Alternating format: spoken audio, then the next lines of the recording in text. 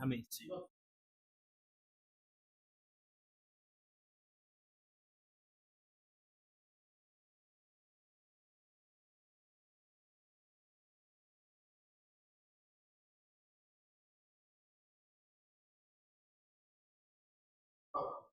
Amém.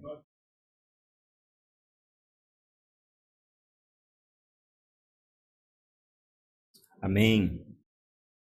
Abra sua Bíblia no Evangelho de Marcos,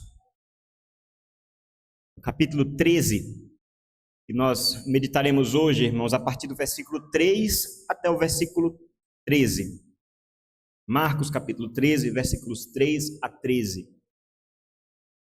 Para aqueles que nos visitam, nós estamos aqui em nossa igreja, nos cultos da noite, meditando no Evangelho de Marcos, né? Estamos aqui semana após semana, texto após texto, sendo enriquecidos, sendo alimentados por essa jornada maravilhosa do nosso Senhor Jesus Cristo, aqui em seu ministério, a sua obra que ele consumou, que ele realizou de maneira perfeita, e né, de acordo com a escrita do nosso irmão, o evangelista Marcos. E nós, pela graça do Senhor, nós começamos na semana passada o capítulo 13, estamos já nessa reta final do Evangelho, e vamos hoje dar mais esse passo no capítulo 13. Capítulo 13, de maneira muito interessante, ele é completo, uma só pregação de Jesus, né? Um grande sermão de Cristo, conhecido como o sermão profético. É uma parte do Evangelho de Marcos, que também está no Evangelho de Mateus, no capítulo 24, também no Evangelho de Lucas, no capítulo 21. Há uma parte em que os evangelistas deixaram, né, registrado esse grande ensino de Cristo, ali ainda na Semana da Paixão, né?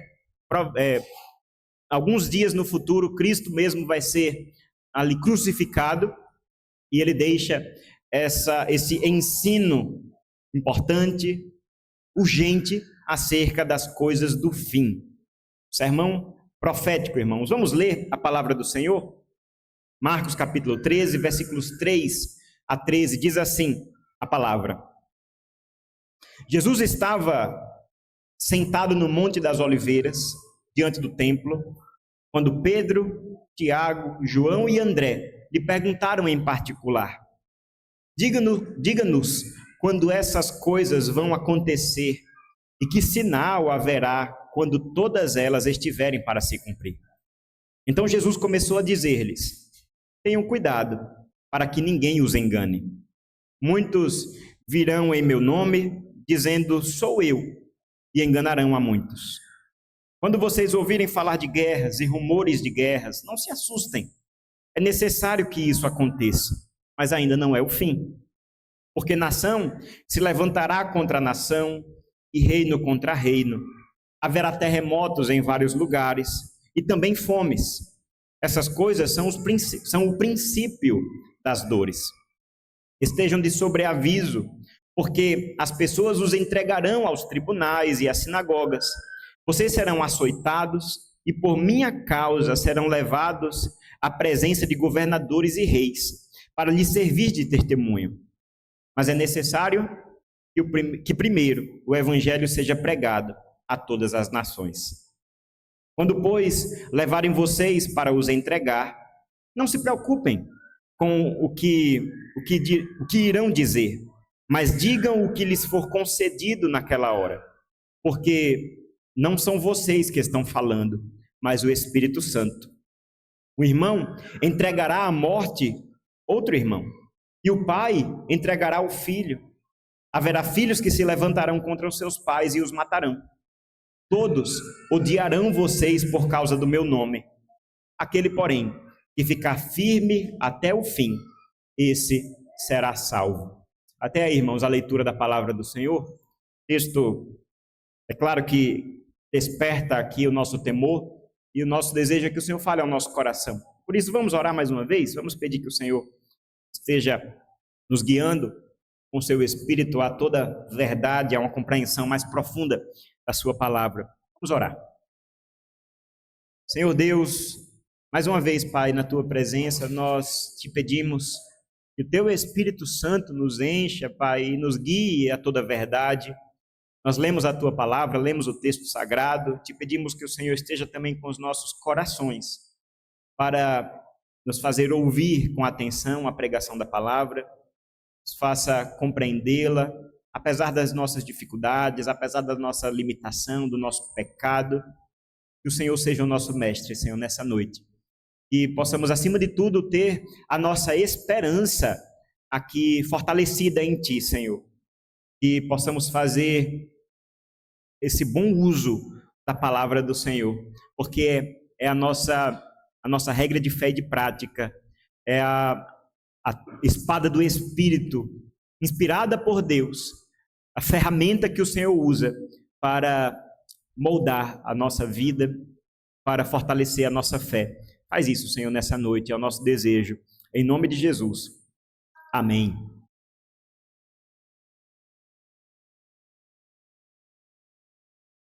Irmãos, começamos o sermão profético. É claro que no avançar do Evangelho de Marcos, era na minha programação, né? Estou pregando eu também, Bruno, estamos pregando, alternando as pregações, era na nossa programação um momento de muita ansiedade. É um momento em que nós estávamos sempre aguardando e um dia vai chegar, né? Termos de lidar com esses temas, com esses assuntos que são tão desafiadores e despertam tanto o nosso interesse e a nossa curiosidade, porque não tem nada mais, como eu posso dizer, mais alarmante no meio de todos os temas que a palavra de Deus nos propõe, que falar sobre escatologia, né? Ou falar sobre as coisas do fim dos tempos, as coisas sobre a volta de Jesus. Eu me lembro quando eu ainda era uma criança, né? Nasci em um lar evangélico, né? Meus pais estão aqui, e é claro, a gente vez ou outra tem contato, né? com pregações desse tipo, com ensinos que nos alertam sobre a volta de Cristo, que nos lembram dessa verdade, que é maravilhosa. Mas eu me lembro muito bem, para o coraçãozinho ali daquela criança, eu morria de medo, irmãos. Eu morria de medo de sequer ouvir falar da volta de Jesus, de pensar sobre essas coisas que são tão tenebrosas, né? Profecias, anúncios sobre coisas do fim. Eu não chegava nem perto do livro de Apocalipse, né? Deixava ele quietinho lá, é coisa para gente grande, não é para mim não é para mim, não era demais para o meu coraçãozinho de criança. Mas é interessante, irmãos, como, né, é claro que eu penso que eu não estava sozinho nesse sentimento. A gente vai crescendo, a gente vai dando passos na nossa caminhada cristã, vai se tornando um crente maduro, né, um crente experimentado, com anos de caminhada.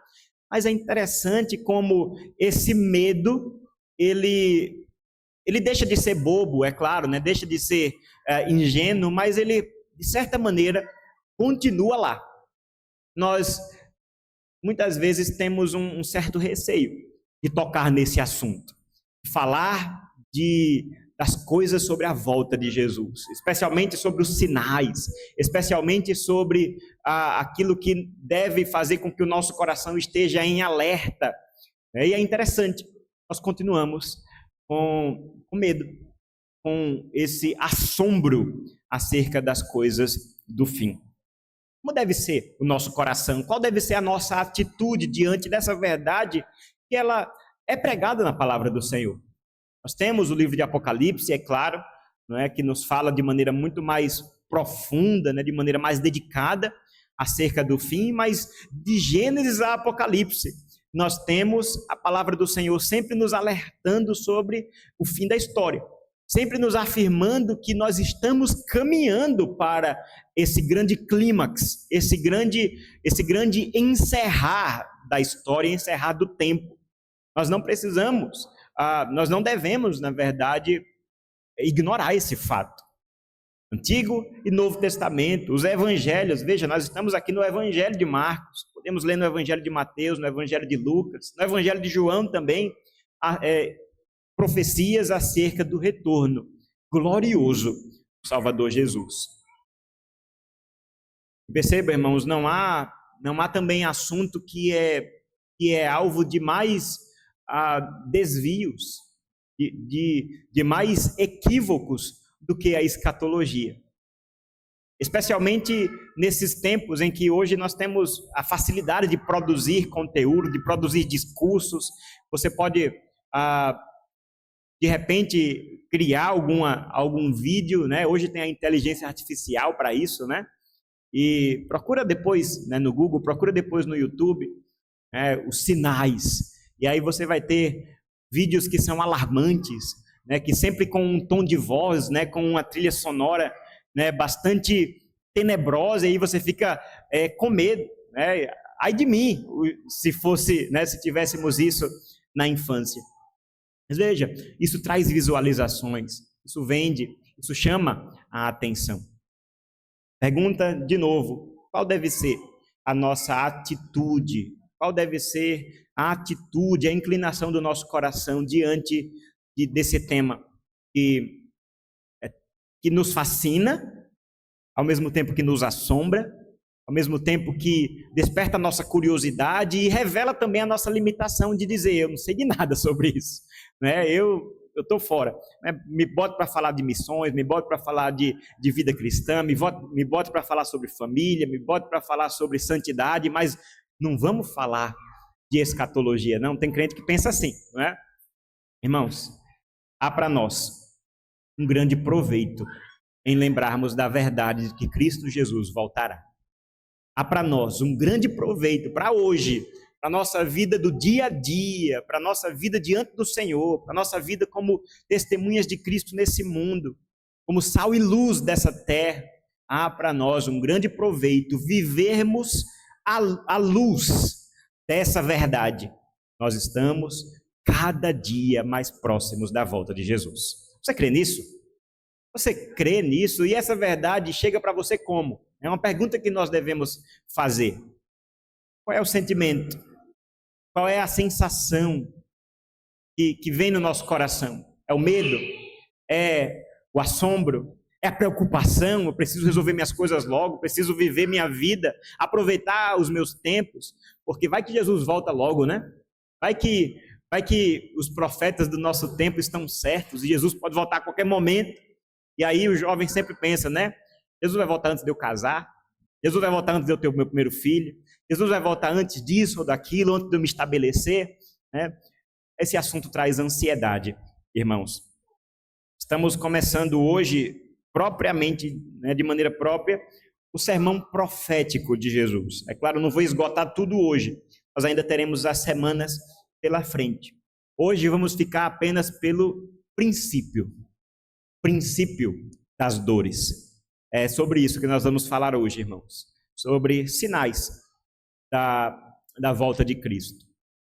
Mas nós vamos ver como Jesus nos ensina isso de uma maneira muito interessante, para, ao mesmo tempo, nos alertar, mas também corrigir alguns enganos que são muito comuns quando nós olhamos para esse assunto, o assunto da volta de Jesus. Mas vamos ao texto, irmãos. A semana passada nós vimos, né, nosso irmão Bruno esteve pregando aqui nos 2 primeiros versículos de Marcos capítulo 13.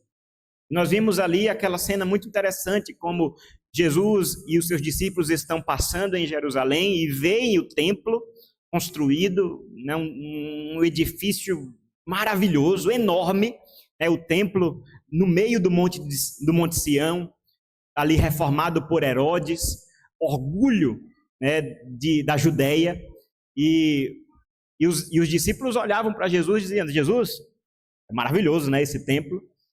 E nós vimos muito bem aqui como Cristo olha e diz,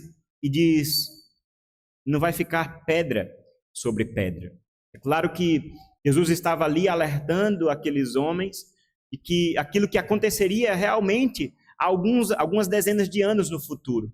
no exato ano 70 depois de Cristo, aquela cidade, Jerusalém, ela foi destruída. Havia um cerco do Império Romano, né, ali capitaneados por Tito, né, pelo general Tito, e eles estavam cercando Jerusalém. No ano 70, conseguiram finalmente romper as muralhas, destruíram a cidade, destruíram também o templo. O orgulho da Judéia. E aquelas palavras que Cristo disse dezenas de anos no passado realmente se concretizaram. Não ficou pedra sobre pedra. Templo destruído. E isso, é claro, na mentalidade daqueles discípulos, na mentalidade daqueles homens, não é que viam aquela construção como algo estável, aquilo que duraria para sempre. Eles ficam preocupados. E o nosso texto de hoje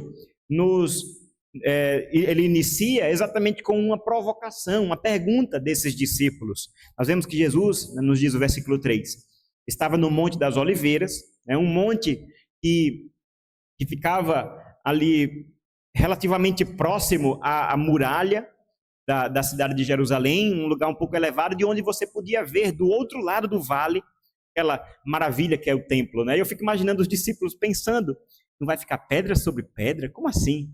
Aí olhava para o templo, olhava para Jesus, olhava para o templo, olhava para Jesus, e finalmente perguntaram.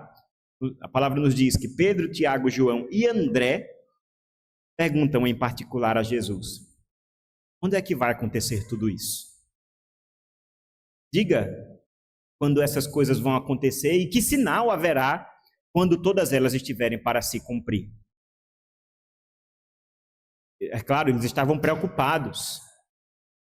E é interessante que essa é a pergunta que cria o contexto para que Jesus comece a falar todo o seu sermão profético. E aí, essa pergunta, irmãos, perceba como ela está escrita aqui no versículo 4 do Evangelho de Marcos, ela nos faz fazer uma pergunta que muitos teólogos discutem o tempo todo ao longo da história da igreja cristã, sobre o que Jesus está falando no sermão profético. Porque a pergunta dos discípulos aqui é muito clara. O Senhor está dizendo que o templo vai ser destruído. Quando isso vai acontecer? E aí Jesus começa a falar. Será que Jesus está falando somente sobre coisas que vão acontecer na destruição do templo, na destruição de Jerusalém? Por que a gente fala sobre a volta de Cristo, por exemplo, nesse texto? Porque Jesus não voltou no ano 70. Na verdade, já estamos aqui em 2026. Milhares de anos no futuro. Como é que podemos pensar bem sobre qual é verdadeiramente o assunto de que Jesus está falando? É claro que eu não vou trazer aqui toda a discussão, é uma discussão longa, é uma discussão muito importante. Os teólogos, muita gente gabaritada e muito mais inteligente do que eu, se debruça sobre essa questão, mas olhando para esse grande sermão do Senhor Jesus, existem pelo menos 3 posições. A primeira é uma posição um pouco mais, como eu posso dizer, um pouco mais atrelada a essa pergunta. Jesus está falando só de coisas do passado. Essa é a posição chamada de preterista. E tudo que está escrito aqui já se cumpriu, já aconteceu. E que nós estamos vivendo agora depois do cumprimento dessas coisas. Jerusalém já foi destruída, o templo já foi destruído, tudo isso aqui que Jesus já falou, inclusive terremotos, guerras, fome, perseguição, tudo isso já aconteceu no passado e já se cumpriu nesse sentido. Essa é a primeira posição. Uma outra posição é a posição exatamente contrária. Não, isso aí tudo vai acontecer no futuro. Tá tudo lá no final, tá tudo lá exatamente próximo, antes da volta de Jesus. É somente lá que nós vamos ver as guerras, somente lá que nós vamos ver os terremotos, a perseguição, e está tudo guardado ainda para o futuro. A terceira posição é uma posição intermediária, e que é exatamente a que eu gosto de seguir. É reconhecer que quando Jesus nos fala acerca das coisas que estão para acontecer, ele fala, sim, da destruição do templo, aquilo que aconteceu no fim do primeiro século, mas ele também fala sobre coisas que irão acontecer até a volta do Senhor Jesus. Se você quer um fundamento bíblico para isso, abra lá em Mateus capítulo 24, versículo 3. Mateus capítulo 24, versículo 3, vamos ler aqui, onde nós lemos exatamente o seguinte, perceba que é o mesmo texto, né? Jesus estava no Monte das Oliveiras, vamos para o 4, versículo 4. Não, na verdade é anterior, aqui, no 3 ainda, né? Diga-nos, essa foi a pergunta, diga-nos quando essas coisas vão acontecer e que sinal haverá da sua vinda e do fim dos tempos. Olha que interessante, como os discípulos, de acordo com o Evangelho de Mateus, eles fizeram uma pergunta um pouco mais complexa, um pouco mais completa. Diga-nos, Jesus, quando essas coisas vão acontecer? Jesus acabou de perguntar, de falar sobre a destruição do templo. Quando isso vai acontecer? E que sinal haverá da vinda do Senhor e do fim dos tempos? Na mentalidade dos discípulos, a destruição do templo seria exatamente no mesmo evento da volta de Cristo, da volta do Senhor. E aí Jesus, na sua resposta, ele estica a compreensão dos discípulos para dizer, olha, eu não vou falar de um evento somente, eu vou falar, na verdade, de uma longa história, de uma longa realidade, aquilo que acontece entre a minha primeira vinda e a minha segunda vinda. E é exatamente nesse ponto da história que nós estamos. Nós vivemos como igreja do Senhor, como crentes em Cristo, exatamente entre a primeira vinda de Jesus e o seu retorno glorioso. E é esse período da história que Jesus, é sobre este período da história que Jesus nos ensina em seu sermão profético. Então, é claro, quando nós lemos Marcos capítulo 13, também Mateus capítulo 24, quando lemos inclusive o livro de Apocalipse, é uma boa leitura do livro de Apocalipse, quando lemos com esse entendimento, nós estamos lendo sobre coisas que já aconteceram, coisas que estão acontecendo e sobre coisas que vão acontecer. Cristo está nos alertando sobre toda a história. Dito isso, irmãos, podemos voltar para o capítulo 13 de Marcos e vermos qual é a resposta de Jesus. Os discípulos ansiosos estão perguntando, quais são os sinais de que essas coisas vão acontecer? Para que a gente esteja preparado, para que a gente esteja assegurado, alertas. Jesus começa assim o seu sermão profético. Jesus começa a dizer-lhes, tenham cuidado para que ninguém os engane, porque muitos virão em meu nome, dizendo, sou eu, e enganarão a muitos. Quando vocês ouvirem falar de guerras e rumores de guerras, não se assustem, é necessário que isso aconteça, mas ainda não é o fim, porque nação se levantará contra nação e reino contra reino, haverá terremotos em vários lugares e também fomes. Essas coisas são o princípio das dores. Essa expressão, irmãos, do versículo 8, o princípio das dores, é exatamente o assunto aqui, né? Quando nós falamos na teologia, o princípio das dores é essa expressão usada para Jesus para falar sobre aquelas primeiras dores de parto. Aqui a figura, é claro, de uma mulher que está grávida. O filho está vindo, perceba, o filho está vindo.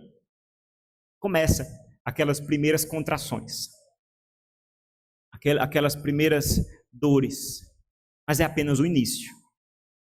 Essas dores, elas vão agravar, elas vão aumentar, elas vão chegar num clímax, mas ainda está no começo, ainda está no início. É sobre isso que Jesus fala. Se você prestar atenção na sua Bíblia, você vai ver que esse primeiro bloco do sermão profético, ele tem o título de O Princípio das Dores. O segundo bloco, a partir do versículo 14, qual é o título que está aí? A Grande Tribulação. Então, existe aqui uma escala, né? Um aumento gradativo entre o princípio das dores e a grande tribulação. Mas sobre isso a gente vai falar na semana que vem, Tá certo? Hoje nós estamos falando sobre o início, o princípio das dores.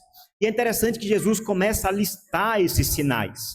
E o primeiro sinal que ele lista é o fato de que muitos surgirão em nome dele, mas de maneira enganosa, dizendo que são o Senhor, mas na verdade estão falando a mentira. Muitos virão em meu nome, dizendo sou eu, e enganarão a muitos. Veja a realidade aqui do engano que Jesus quer alertar a sua igreja. Ele afirma aquilo que sempre aconteceu na história, mas que depois da vinda de Cristo, isso só agravou ainda mais. Quando muitos se levantam no nome dele, quando muitos se levantam usando o nome do Senhor, usando o nome de Cristo, usando as coisas sagradas, tomando o nome de Deus em vão para a mentira, para fazer o mal, para buscarem a glória somente para si mesmos. Isso, é claro, nós devemos entender, aconteceu muito. Acontecia antes de Jesus, aconteceu depois de Jesus e acontece até hoje. Muitos se levantam dizendo que são salvadores. Muitos se levantam para tentar capturar a nossa devoção, a nossa esperança. Muitos judeus na época, pouco depois da época de Cristo, se levantaram como libertadores de Israel,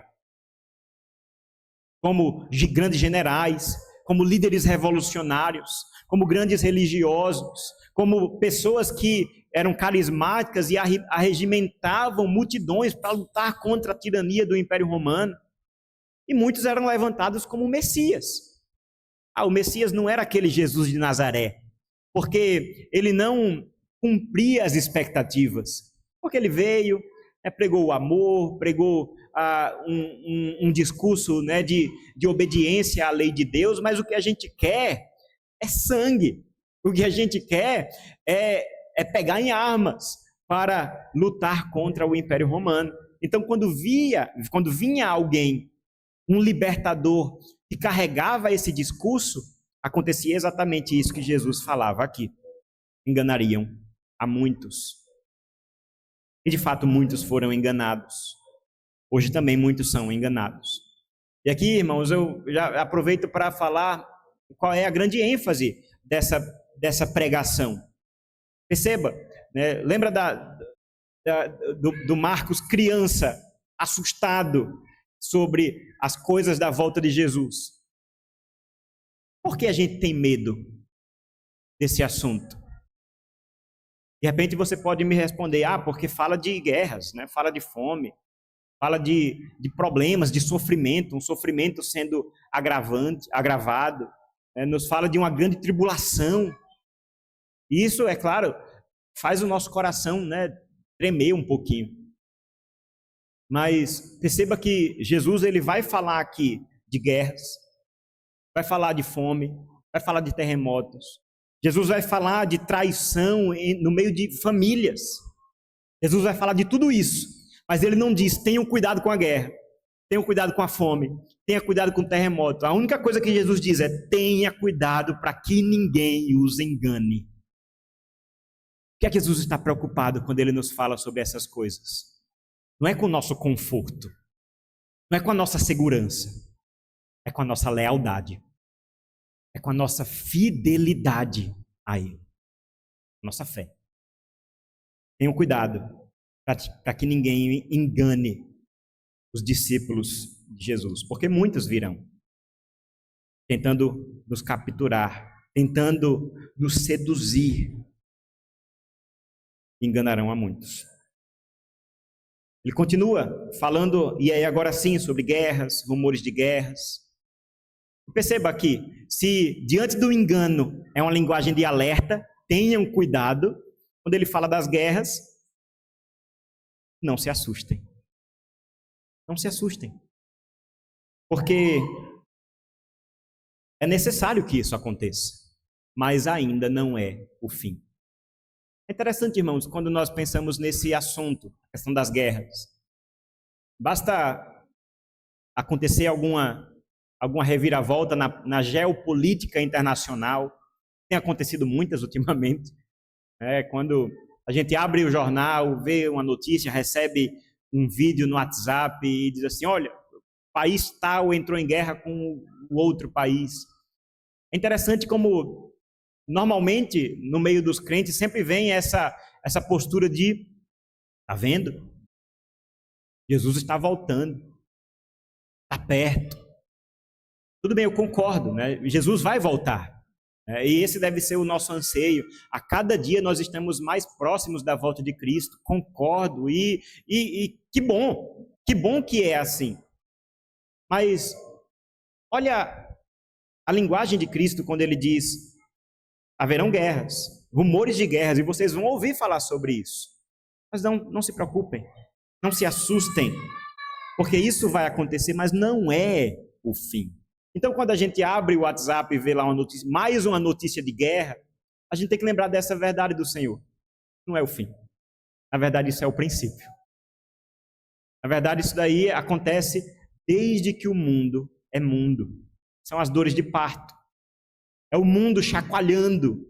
É a humanidade dando essa mensagem que de fato o mundo é caído, quebrado, está fora do lugar, é caótico e nós precisamos da redenção. O apóstolo Paulo, escrevendo aos Romanos, nós lemos no capítulo 8, diz, toda a criação, ela está gemendo, ansiando o quê? A redenção, ansiando a revelação dos filhos de Deus, a ressurreição do corpo. A natureza está sofrendo, gemendo, né? Como essa mulher que está ali sentindo essas dores, mas sabe, ainda não está na hora. Eu tenho ouvido, né, muitos relatos de parto das irmãs, das famílias aqui, que estão com os recém-nascidos e tudo mais. E aí é interessante, né, como muitas vezes há uma ansiedade, né, totalmente justificável, né, naquele dia, né, quando começa ali as contrações, e eu já vi muitos relatos de que o primeiro impulso é pegar tudo, vai para o hospital, chega lá, o médico diz, não, volte depois, né? Como assim volte depois? O meu filho está nascendo, né? Está doendo, né? As contrações estão acontecendo, volte depois, né? Se elas agravarem mais. Esse deve ser o nosso entendimento, irmãos. Tem guerra no mundo. Tem terremoto no mundo, tem fome no mundo. Sabe quando a humanidade viveu uma paz? Nunca. Desde que nós saímos do jardim do Éden, a guerra e os rumores de guerra descrevem a nossa história. Isso era verdade no primeiro século. Veja, dezenas de anos depois aqui, aquela cidade foi destruída. E isso vai passando os séculos, vai passando as eras, os milênios, e o homem continua em guerra. Aí você pode estar dizendo, mas isso não é um sinal da volta de Jesus? Sim, com certeza. Para que serve um sinal? Para que serve uma placa? Para nos orientar, para guiar o nosso rumo, guiar o nosso caminho, para que a gente não ande perdido, vivendo a vida de maneira aleatória, como se não tivéssemos nenhum propósito. De repente você está perdido ali no seu carro, querendo, né, conhecendo uma cidade nova, a passeio, e você está querendo chegar em algum lugar, né? Quero ir no shopping, onde é que está o shopping? E aí você entra numa rua e não entra na outra, e de repente você vê uma placa, shopping, e há 5 quilômetros. Diz, está longe, mas eu já sei para onde eu vou. Está longe, mas agora eu já sei que estou no caminho certo. Esse é o propósito do sinal, irmãos. O sinal não deve trazer medo ao nosso coração. É uma guerra que estoura, é um terremoto que acontece.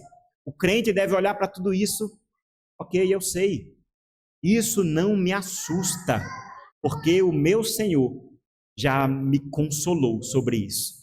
E quando eu vejo que essas coisas acontecem, e acontecem muito, eu sei que a minha vida está no caminho certo.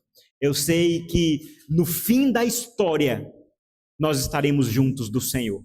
No fim da história, o que nós testemunharemos é a vitória de Cristo. O que nós testemunharemos é a volta gloriosa do Senhor Jesus. Então a guerra não nos assusta, os poderosos não nos assustam, os países, os impérios não nos assustam, porque Cristo reina sobre todas as coisas. É por isso que ele diz, vai vir guerra, vai vir rumor de guerra, mas não se preocupe não, não se assuste não.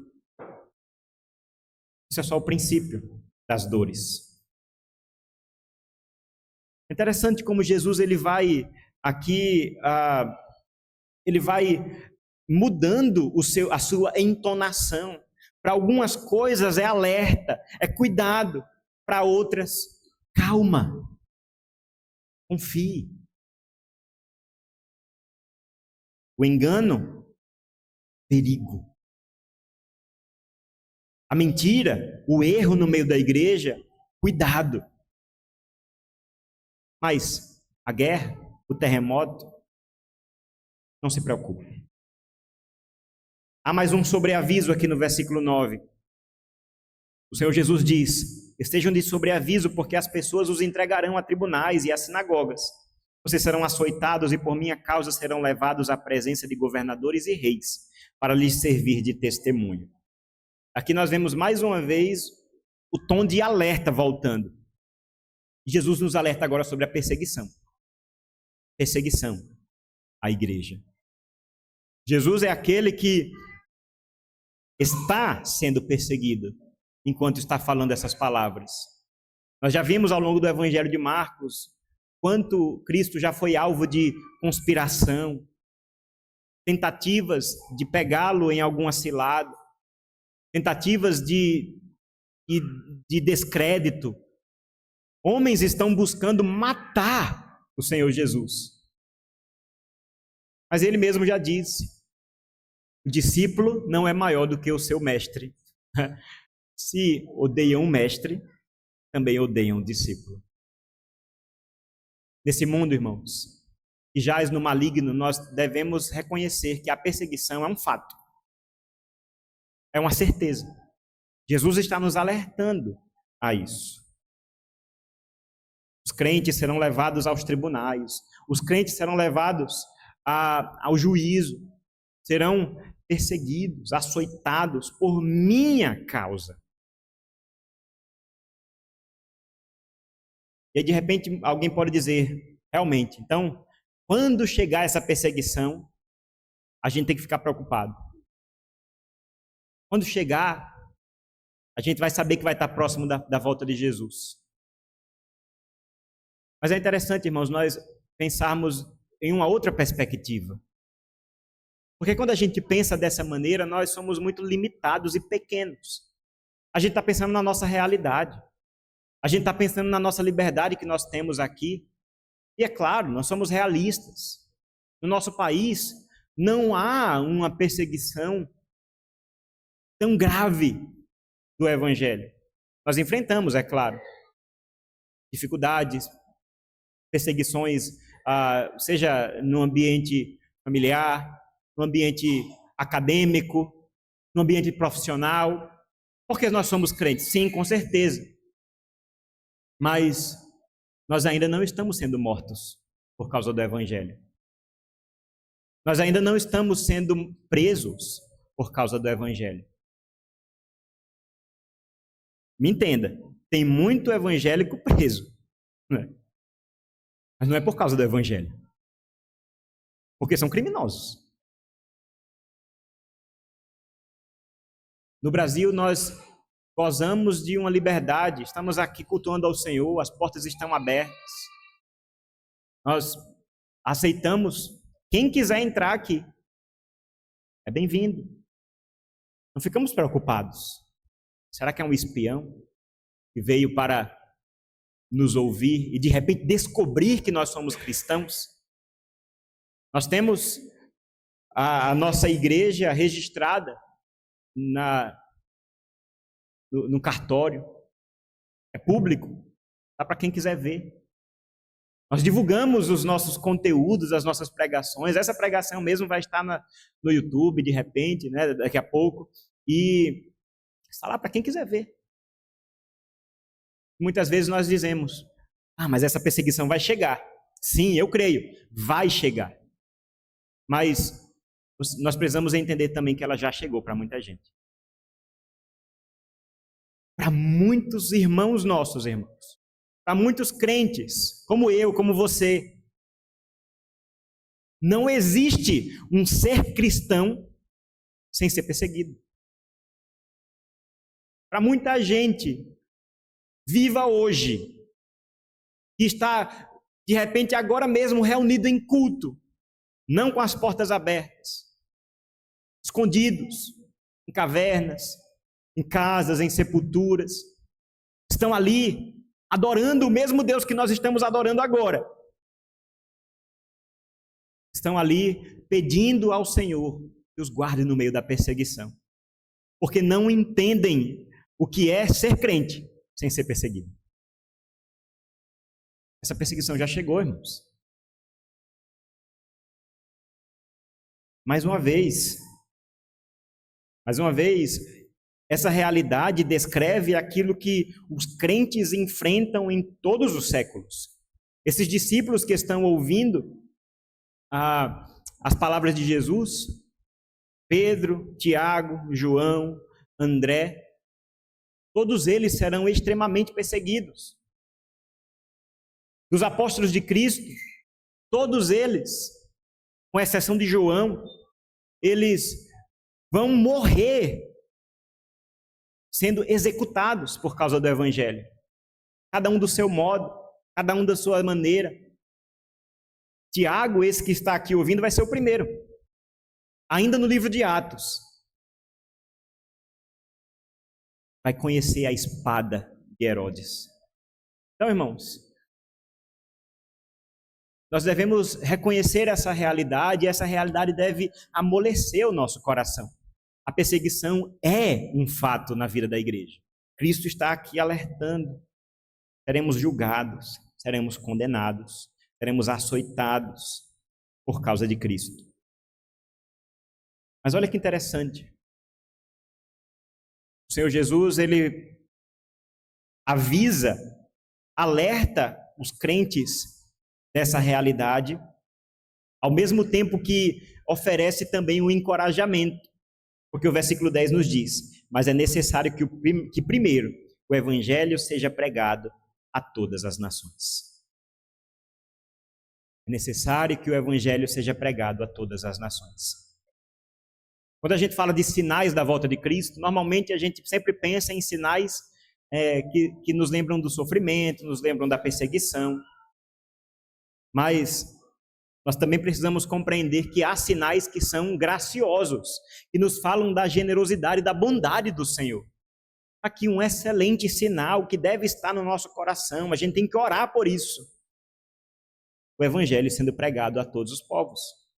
O evangelho sendo pregado, conhecido, alcançando todas as nações. Está aí, é algo que precisa acontecer antes do retorno glorioso de Cristo Jesus. Eu entendo, né? Muitos irmãos que dizem, Jesus Cristo pode voltar amanhã. Eu entendo. Mas o evangelho ainda não foi pregado a todas as nações. Os estudiosos da área de missiologia afirmam que há, ainda hoje, cerca de 7.000 etnias, culturas, que não têm acesso ao evangelho. Não conhecem cristãos. Tem gente que não tem a mínima oportunidade de ter contato com a palavra do Senhor. Aquele chavão, né, que é tão importante que a gente deve fazer, né? Pregue a palavra para alguém que você conhece, pense em um descrente e fale de Cristo com ele. Porque imagine só, se a gente fizer isso aqui na igreja, né?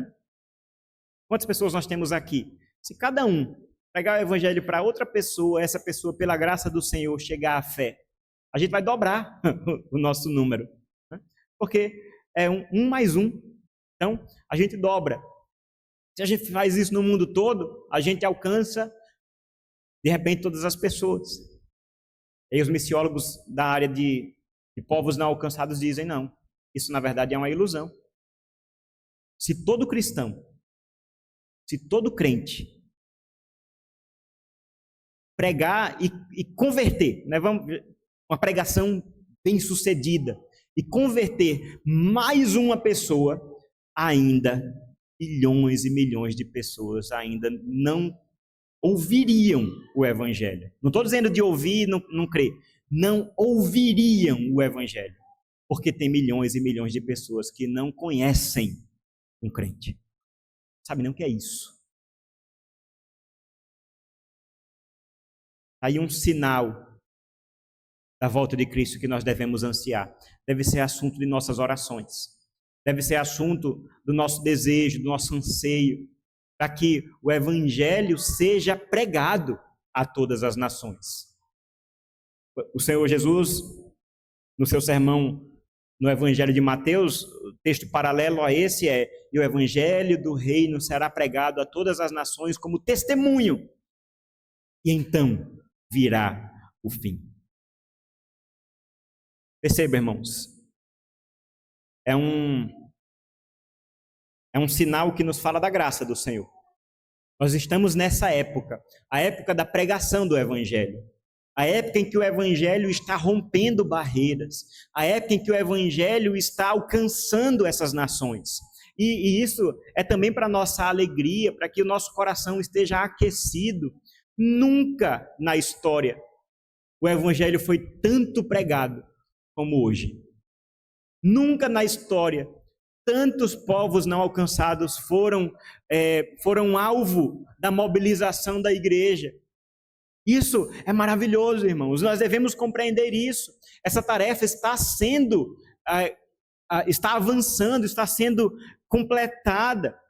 Não estamos tão perto, mas nunca estivemos tão perto. Isso é maravilhoso. Isso é maravilhoso. E então virá o fim. Mas e aí? É perseguição? Mas tem pregação? Como é que a gente vai pregar? Como é que a gente vai se lançar no meio dos lobos? Se é tão difícil assim. E aí vem o encorajamento. Versículo 11. Quando, pois, levarem vocês para os entregar, não se preocupem com o que irão dizer, mas digam o que lhes for concedido naquela hora, porque não são vocês que estão falando, mas o Espírito Santo. Olha o consolo, irmãos. Consolo que Cristo Jesus, o Supremo Pastor, está dando aqui para mim, para você, para todo crente. A perseguição vai vir. Muitas vezes a gente se vê como incapacitados. O que é que eu vou falar? Como vai ser a minha defesa?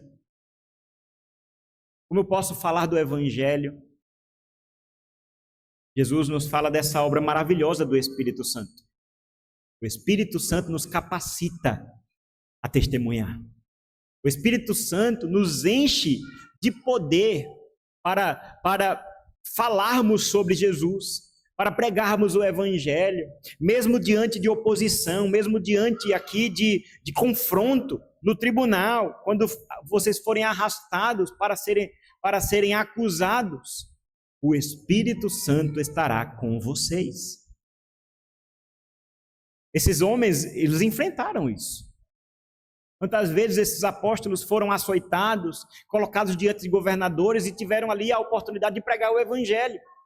É isso que a gente vê no livro de Atos o tempo todo. Pensa no diácono Estevão. Atos capítulo 6, nós vemos aquele homem sendo reconhecido como um homem cheio do Espírito Santo, cheio de sabedoria. No capítulo 7, ele começa a incomodar os poderosos. Colocam ele no meio do tribunal, pedem para que ele se defenda. Ele diz: eu não vou me defender não, eu vou pregar o Evangelho. e ele nos presenteia com aquela pregação maravilhosa, nos fala de Cristo, nos fala da promessa que foi cumprida em Jesus, da fidelidade de Deus ao longo de todos os séculos que se cumpre em Cristo, e que Ele é a resposta, e que é nele que nós devemos crer, nele que nós encontramos salvação. Aquela defesa não serviu para livrar a pele de Estevão, pelo contrário. Eles ouviram e se lançaram contra ele e o apedrejaram. Mas, naquele momento, Estevão estava cheio do Espírito Santo e pôde olhar para os céus e ver a glória de Cristo, que estava pronto para recebê-lo.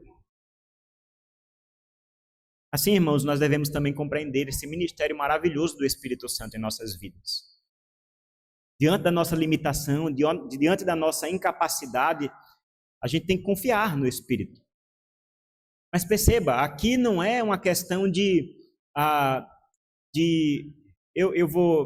eu só abrir a boca e o Espírito vai falar naquela hora. Não é isso.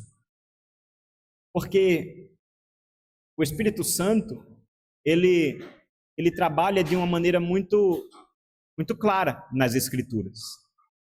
Ele tem uma ferramenta. O apóstolo Paulo diz que o Espírito Santo tem uma espada, a espada do Espírito, que é a palavra de Deus. E é exatamente essa palavra que vem na nossa mente no momento certo, na hora certa, no lugar certo.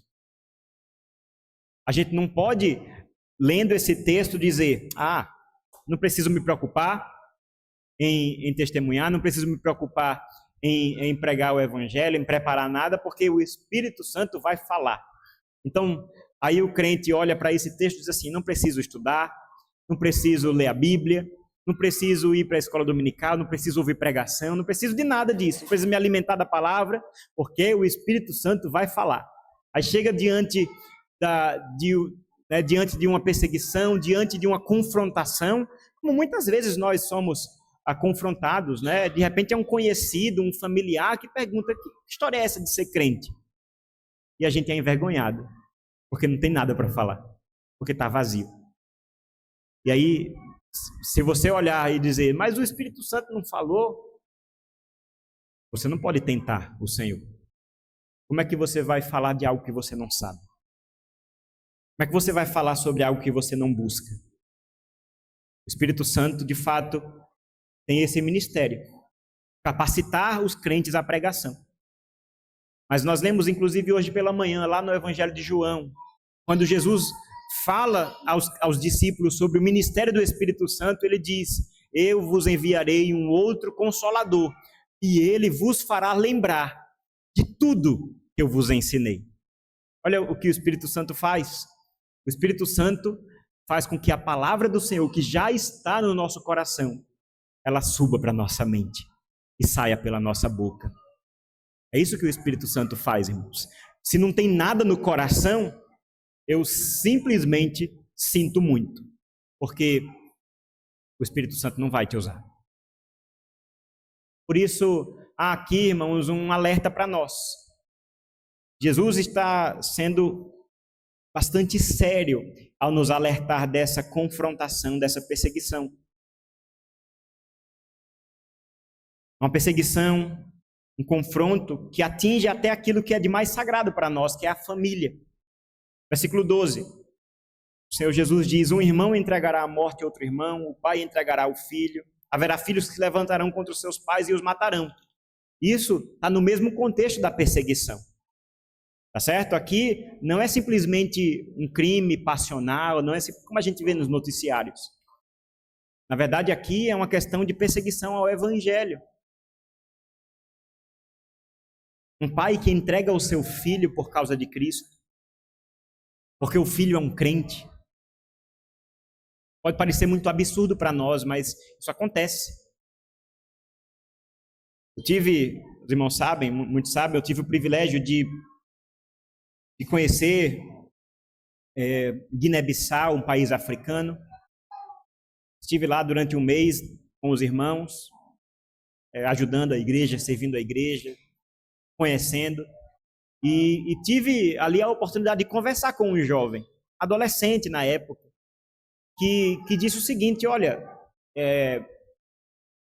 a minha família é muçulmana, eu sou de uma etnia muçulmana, meu pai está fora, está trabalhando em outro país, e nesse tempo eu me converti ao Evangelho. Meu pai ficou sabendo e disse: quando eu voltar, vou expulsar você de casa. Quando eu voltar para casa, você não é mais meu filho. Esse jovem estava lá servindo na igreja, adorando ao Senhor, junto com os jovens, brincando, rindo, porque ele tem uma alegria que é maior. Então essa é a realidade, irmãos. Jesus Cristo, ele veio para mostrar que até aquilo que a gente pensa que é tão estável, que é o seio familiar, na verdade, quando Cristo está colocado no meio, ele pode ser um objeto de separação. Ele veio trazer espada para romper esses laços, um filho se levantando contra o pai, um irmão se levantando contra outro irmão, todos, versículo 13, odiarão vocês por causa do meu nome. A pergunta é: nós estamos preparados para essa realidade, irmãos? Nós estamos alertas para essa realidade, como tantos irmãos nossos que estão firmes na fé, que estão ansiando pela volta de Jesus, porque estão enfrentando exatamente isso. Pastor Ageu Magalhães, pregando no sermão profético, ele falou algo que encheu o meu coração de temor. Ele disse: Deus permitiu aos brasileiros que nós tenhamos uma vida cristã fácil. Deus permitiu. Deus está no controle de todas as coisas. Isso nos mostra a generosidade de Deus. Que bom. Que bom que Ele segura a perseguição no nosso contexto. Que bom que Ele nos dá liberdade. Que bom que nós podemos dizer, né, a gente pode sair no meio da rua dizendo que eu sou crente, eu pertenço a Jesus. Alguma pessoa vai olhar torto para você, mas você não vai encontrar tantos problemas por causa disso. Que bom! Deus permitiu aos brasileiros que tenhamos uma vida cristã fácil. E o pastor Ageu, ele diz: isso é um treino para nós. É um treino. Mas o treino, ele vem para nos testar. Já que vivemos uma vida fácil, a pergunta é: nós somos fiéis no fácil? Nós honramos ao Senhor com nossa vida no fácil? Porque se nós não somos fiéis na vida cristã fácil, o que será de nós quando as coisas apertarem? O que será de nós quando a gente vê essa realidade e de repente no meio dessa igreja a gente ficar sabendo: meu irmão, você soube que a irmãzinha fulana, ela foi assassinada pelo seu filho que não tolerava a fé dela? E a gente vai se compadecer, vai orar ainda mais, a gente vai estar junto, vai estar chorando, lamentando, e Senhor, tem misericórdia de nós. Como estará a nossa fidelidade? Essa palavra, irmãos, de fato, ela não vem para nos dar medo. Ela vem para nos dar temor. Para nos lembrar da nossa responsabilidade. De maneira realista. Ela deve fazer com que a gente avalie o nosso coração. Porque, meu irmão, se na nossa vida cristã fácil, como eu pude dizer, nós não damos tanta importância assim a Cristo, o alerta vem exatamente para isso. Não perca o seu tempo. Não perca o seu tempo. O que é que você está fazendo aqui? Se Cristo não é a prioridade hoje, Ele não vai ser na perseguição. Ai de nós. Que o Senhor tenha misericórdia de nós. E é maravilhoso nós vermos como Ele usa a perseguição para purificar a igreja.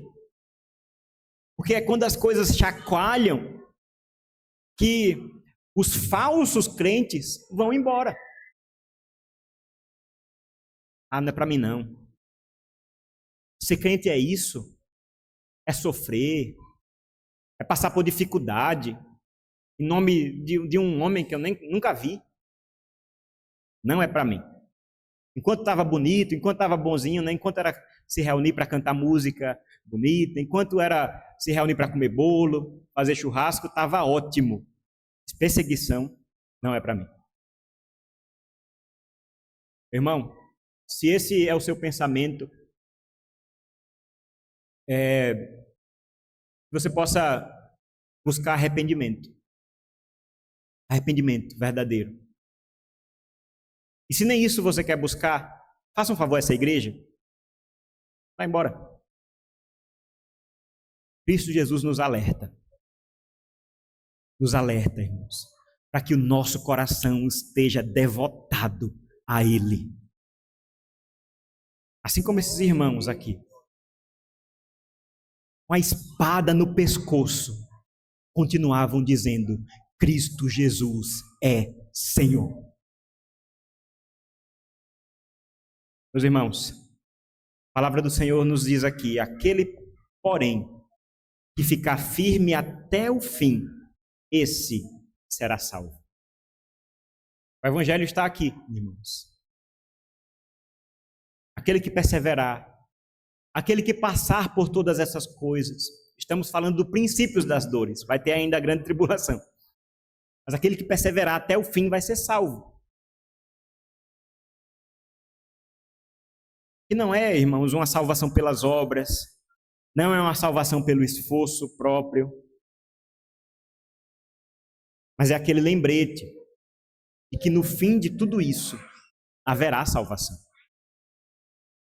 No fim de tudo isso, daqueles que são garantidos pelo Senhor, daqueles que são preservados, guardados por Cristo, eles encontrarão a salvação. Isso nos motiva a passar pela perseguição olhando para Cristo, olhando para frente. Porque se a gente não tem esperança, se é uma esperança falsa, a perseguição nos abala. Mas se a esperança é verdadeira, nós permanecemos firmes. E aí nós somos lembrados, texto que nós lemos antes da pregação, Romanos capítulo 8. Nada pode nos separar do amor de Deus em Cristo Jesus. Os sofrimentos do tempo presente não podem ser comparados com a glória que há de ser revelada em nós. Quem é que intentará acusação contra os eleitos de Deus? É Deus quem os justifica. Mesmo que nós sejamos como ovelhas entregues à morte todos os dias, em Cristo nós somos mais do que vencedores. Por isso, meu irmão, olhar para essa palavra dura, palavra que nos traz temor, palavra que balança o nosso coração, que traz alerta, deve fazer nos lembrar, irmãos, que existe salvação. Persevere. A palavra é essa: persevere, siga firme, olhe para Cristo, dependa dele, confie nele, descanse nele. Mesmo quando você não souber o que dizer, confie no Espírito Santo. E assim, nós poderemos passar por tudo isso, assim como irmãos nossos já passaram. Mas a tocha está conosco agora. Nós somos as testemunhas de Cristo agora. Passaremos essa tocha para a geração seguinte, aos nossos filhos, aos nossos netos. Haverá uma geração que estará viva quando Cristo voltar. Se no nosso tempo, ou do tempo dos nossos filhos e netos, ou bisnetos, não sabemos. Mas o que nós sabemos é que o Senhor permanecerá fiel. E é Ele que preserva a sua igreja. Ele que preserva o seu povo. Por isso descansamos por estarmos seguros nas mãos de Cristo. Mesmo que os desafios pareçam grandes e muitos, a nossa força está no Senhor. A nossa força está no Senhor. Vamos orar, irmãos. Senhor Deus, muito obrigado, Pai, por Tua palavra. Te pedimos que o Senhor nos capacite a vivermos de acordo com a Tua vontade, Senhor. O Senhor conhece o nosso coração e sabe, Pai, que nós podemos viver em engano. E tudo isso, Pai, que nós lemos aqui, lemos sobre guerras, terremotos, fome. A única coisa que Jesus nos alertou foi contra o engano, contra a perseguição. Isso também possa guiar o nosso coração, Pai. Aumentar a nossa fidelidade ao Senhor. Possamos olhar para Jesus, pertencer a Ele. E que possamos viver a vida cristã com inteireza de coração. Te louvamos, Pai, porque temos liberdade de exercer a nossa fé. Temos a oportunidade, Senhor, de pregar o Evangelho, de cultuar o Senhor, nos reunir em segurança. Isso demonstra a Tua bondade, Senhor. Mas ao mesmo tempo nos humilha, porque tendo toda essa liberdade nós não a aproveitamos, Senhor. Nos lembramos de irmãos nossos que estão perseguidos. Hoje mesmo, perdendo seus entes familiares, perdendo sua liberdade, seus bens. Aquilo que para nós, para muitos de nós, Senhor, seria impensável. Muitos irmãos nossos, da nossa família na fé, têm lidado com essa realidade, Pai. E não têm renunciado a Cristo. Isso nos humilha, Senhor, nos envergonha. E eu te peço que o Senhor use, Pai, a Tua palavra, use o Teu Espírito, que o Teu Espírito Santo nos leve, Pai, ao arrependimento, a uma fidelidade mais completa, e que o Teu nome seja glorificado, Pai, que sejamos verdadeiras testemunhas de Cristo, mesmo quando isso traz prejuízos para nós neste mundo. Mesmo quando isso implica em nós termos menos dinheiro, mesmo quando isso implica em nós termos menos liberdade, menos relacionamentos, menos prestígio social, mesmo que isso implique, Senhor, que nós vamos passar por dificuldades nessa vida, porque sabemos, importa vivermos para o Senhor, reconhecendo-o como o Senhor de nossas vidas e pregando o Evangelho, Senhor. E nós te pedimos, Pai, que o Senhor venha. O Senhor venha com glória, com poder, para restaurar todas as coisas. Esse é o nosso anseio, Pai. Muito obrigado, Senhor, por Tua palavra. Em nome de Cristo. Amém.